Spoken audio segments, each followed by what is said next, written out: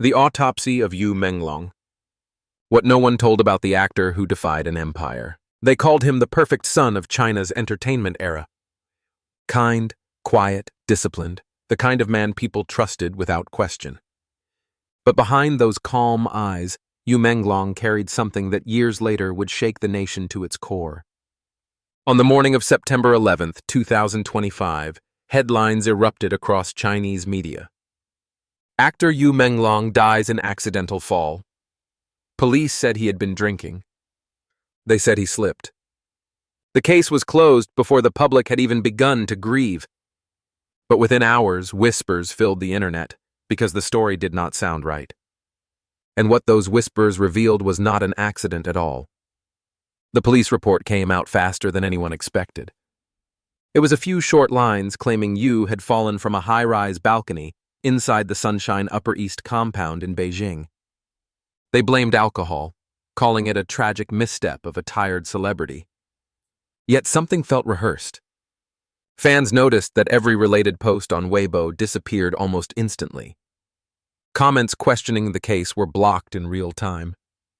Even Yu's official fan pages were forced into silence. And then came the first leak.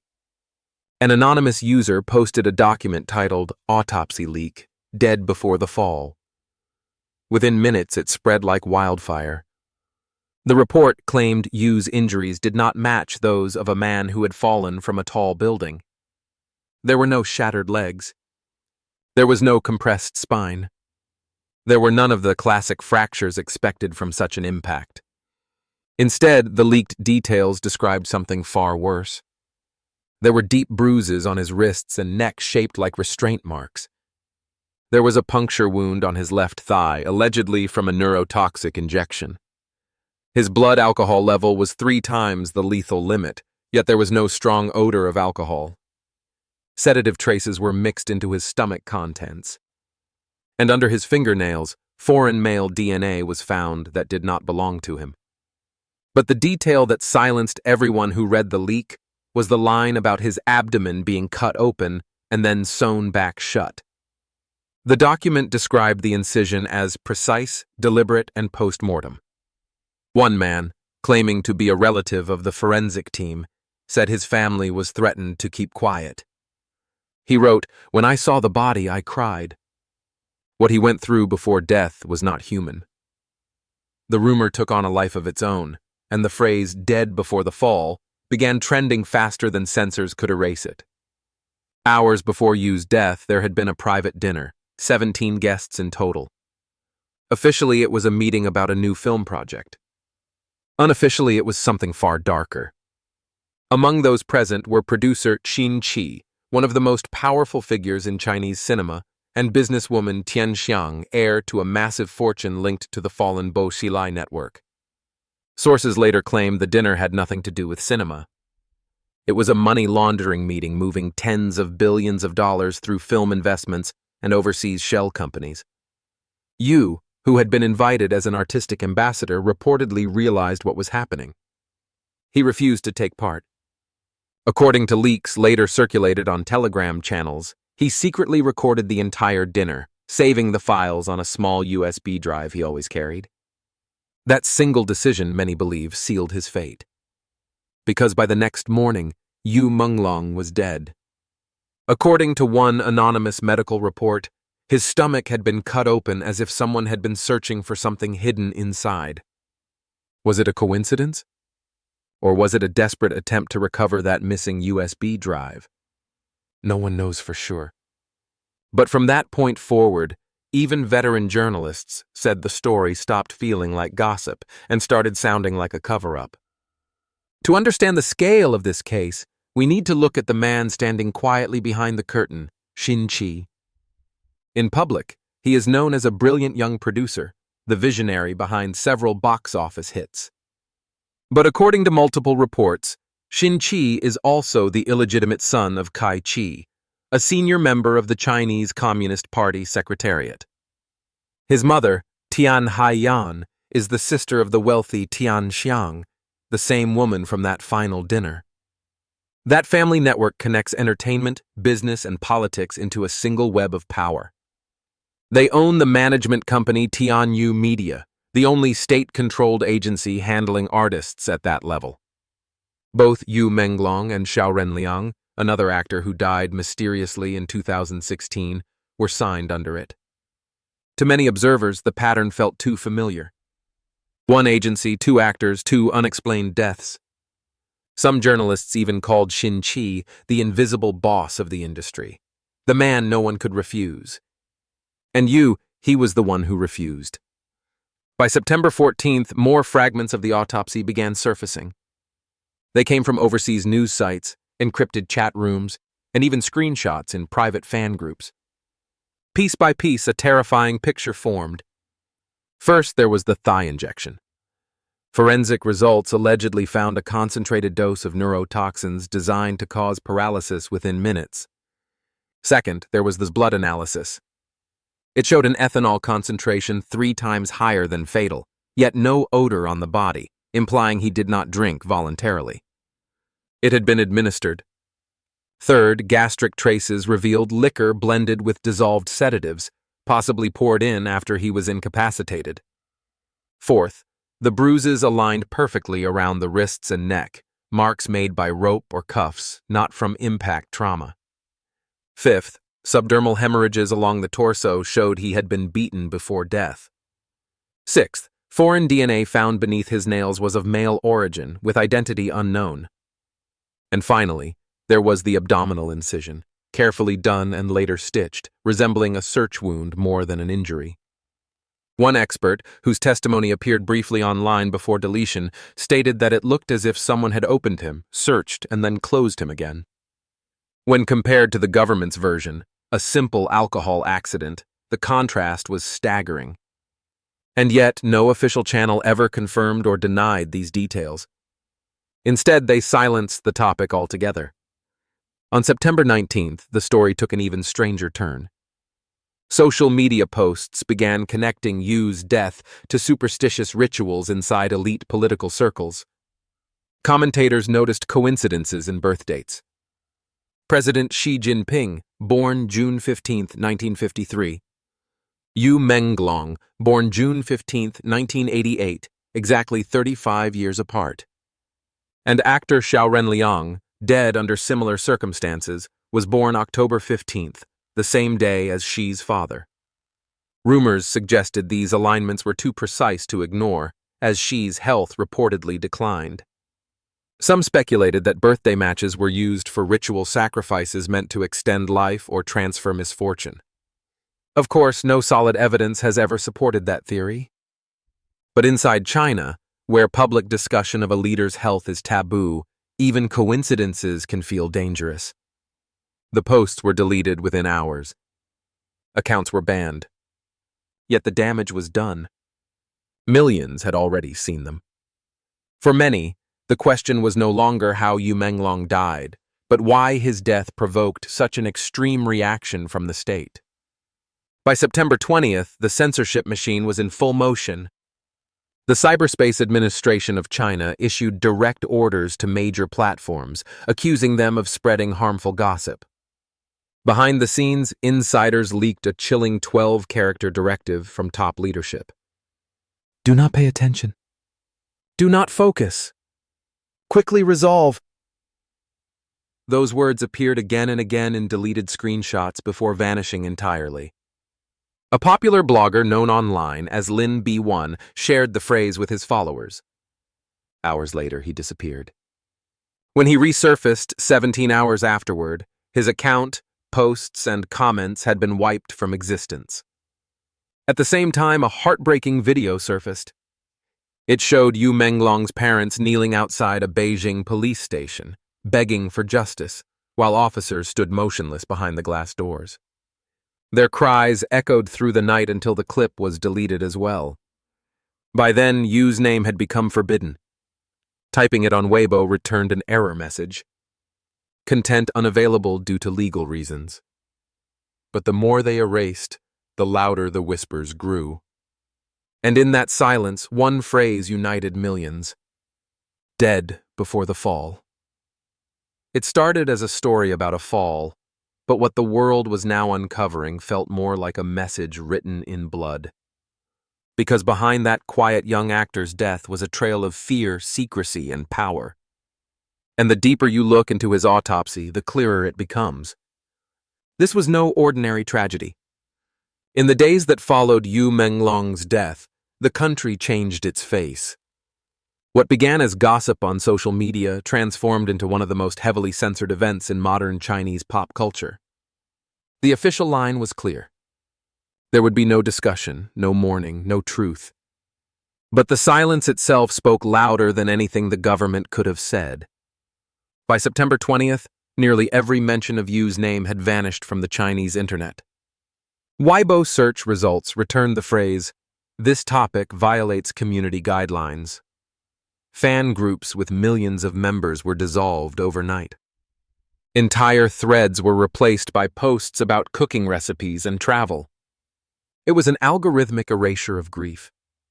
Inside Beijing's cyberspace administration, a leaked memo listed his name beside 3 words. Class A incident. That classification is reserved for topics threatening national unity or political stability. An actor's death had suddenly become a matter of state security. 2 identical statements were sent to Weibo and Kuaishu, accusing them of spreading celebrity gossip harmful to social order. But a second secret directive surfaced, the same 12-character order allegedly from the top leadership. Do not pay attention. Do not focus. Quickly resolve. Those words turned into an omen. Each time the phrase appeared online, accounts disappeared. Lin B1, a popular blogger known for exposing censorship, shared it with his followers. Hours later, he was gone. There were 17 hours of silence before he returned without his posts, his comments, or his voice. Around the same time, a heartbreaking clip appeared briefly online. It showed Yu Menglong's parents kneeling outside a police station, their hands pressed together, begging for justice. Behind them, uniformed officers stood still, their faces blank, refusing to open the doors. The clip spread to more than 10 million views before deletion. Within 48 hours, even the words Menglong and Minglong triggered content bans. Internet moderators were ordered to filter any mention of the Sunshine Upper East compound. Users began writing his name backwards or replacing characters with emojis, trying to keep his memory alive. But every coded message that survived for an hour was deleted the next. Just when the suppression seemed complete, a new fragment surfaced. It was a peephole video, grainy, distorted, but real. It showed Yu Menglong walking slowly down a corridor, flanked by several men. Behind them, a woman followed, holding up a phone to record. Viewers froze the frames, enhanced the shadows, and claimed the wrist strap on her phone matched one owned by actress Song Yiren. Yu's posture looked wrong. His head tilted forward. His steps were mechanical. His movements were sluggish. To millions, he did not look drunk. He looked drugged. And if that video was authentic, it might have captured the last moments before he died. Hours later, a farewell note appeared on an overseas forum. I hear footsteps outside. The shadows are closer. They will silence me. Authorities never confirmed its origin, but its tone mirrored things Yu had said years before. In one old interview, he confessed, "When I was 25, they already threatened me." If those threats were real, that letter was not poetry. It was prophecy. Investigators tried to retrieve footage from the building's security cameras. But every file from that night was missing. Maintenance logs showed no power outage and no data corruption. Then another leak appeared, a recording from the building's security guards. In it, they whispered that the property management company belonged to Shin Chi's family. He was the same producer accused of manipulating artists. Even the real estate developer behind the Sunshine Upper East compound was allegedly part of the same network. If true, that would explain everything. It would explain why there was no video. It would explain why the police never released footage. It would explain why no witnesses came forward. Some guards also claimed signal jamming equipment had been used that night, cutting phone service for residents. People tried to call the police, but their phones displayed no network. By then, it was not just about one actor's death. It was about how deep the control went, from the morgue to the media, from social networks to the streets themselves. The official autopsy was never published. The family was told they would receive the body only after signing a confidentiality agreement. Yu's ashes were delivered under police escort in silence. As the story vanished from Chinese servers, independent journalists abroad began connecting dots. Their reports spoke of a wider moral decay inside the Communist Party, a chain of corruption stretching back decades. They described an internal culture where money, influence, and desire intertwine. They described a world where politicians maintained secret harems of singers and actresses, and where generals in the People's Liberation Army rewarded subordinates with women instead of medals. According to these accounts, the party had long blurred the line between entertainment and obedience. Artists were not merely performers. They were currency. Under this lens, Yu Menglong's story became symbolic. He was the artist who refused to play by the hidden rules. He turned down invitations. He ignored advances. He avoided private banquets disguised as business meetings.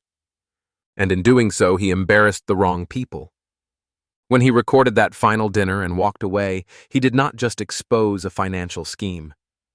He violated an unspoken law. Never make the powerful lose face. To critics, that single act transformed him from celebrity to liability. And once you become a liability in a system built on secrecy, you cease to exist.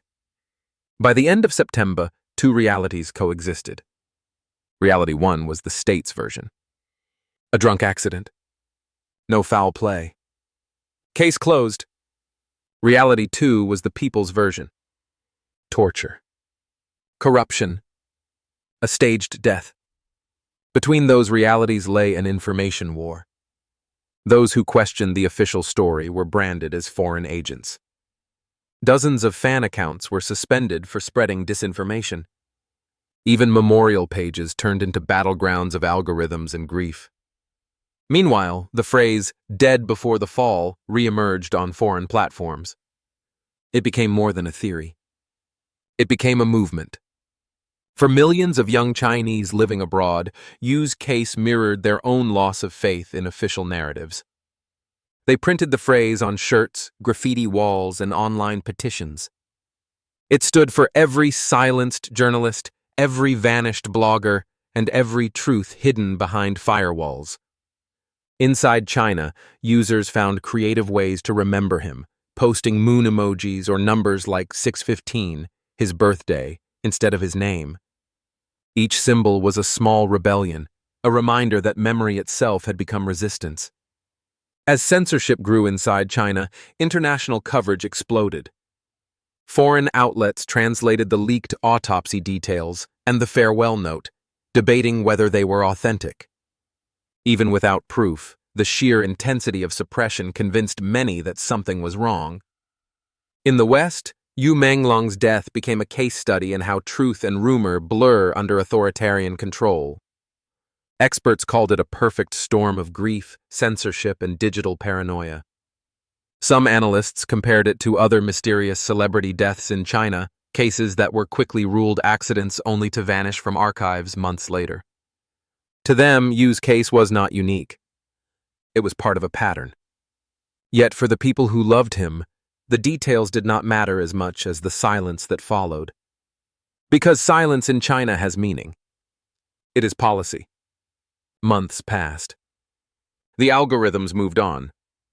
But the phrase "dead before the fall" refused to die. It resurfaced every few weeks in coded posts, art exhibits, and overseas protests. In the diaspora, Yu became a symbol of all those who vanish under unexplained circumstances. Artists, journalists, and scientists whose deaths are wrapped in neat official statements. For some, he represented the courage to say no in a world where obedience means survival. For others, he became a warning. The truth itself can be fatal. Within China, very few dare to mention him openly. But his image, eyes half smiling and half sad, still circulates quietly in private group chats. Every time someone shares that photo, it is an act of defiance.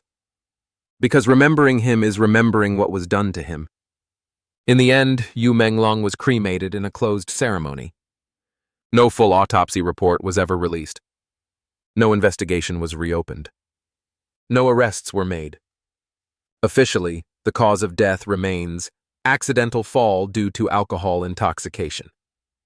But unofficially, his story continues to haunt millions.